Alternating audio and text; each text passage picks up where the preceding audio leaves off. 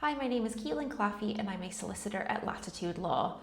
A common question we are asked by our corporate clients is who are the key personnel that need to be named on a sponsor license application.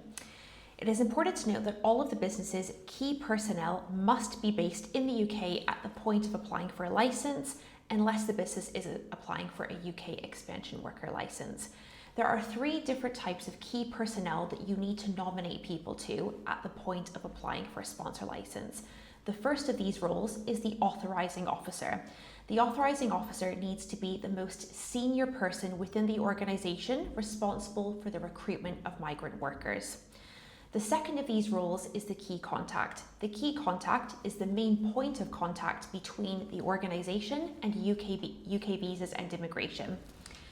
The third one is the level 1 user. Now, at the point of applying for a sponsor license, the business can only nominate one level 1 user, and this individual must be an employee, a director, or an office holder of the business, and they must also meet the definition of a settled worker in the UK, unless your authorizing officer has permission to be in the UK as a representative of an overseas business, a Tier 1 graduate entrepreneur, a Tier 1 entrepreneur migrant, a Tier 1 exceptional talent migrant, a startup migrant, an innovator founder, a global talent migrant, or a UK expansion worker.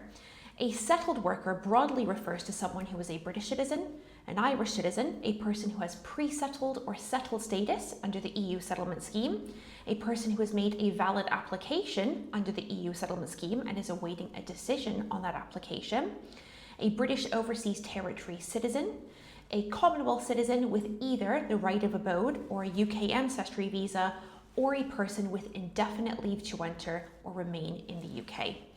It's important to note that the business can nominate more level 1 users after the license has been granted. Any additional level 1 users must be either a paid staff member or an office holder within the organization, an employee of a third-party organization contracted by the business to provide all of their human resources function, or a UK-based legal representative. The business must always have at least one level 1 user who meets the definition of a settled worker, unless the authorizing officer has permission to be in the UK under one of the routes that I mentioned earlier, and at least one level 1 user who is either an employee, a director, or an office holder of the organization. It's important to note that the key personnel roles can be filled by the same person, different people, or a combination of those people. The only role that you can nominate a UK-based legal representative for is the key contact role at the point of applying for a license. You can nominate a UK-based legal representative to be a level 1 user after the license has been granted.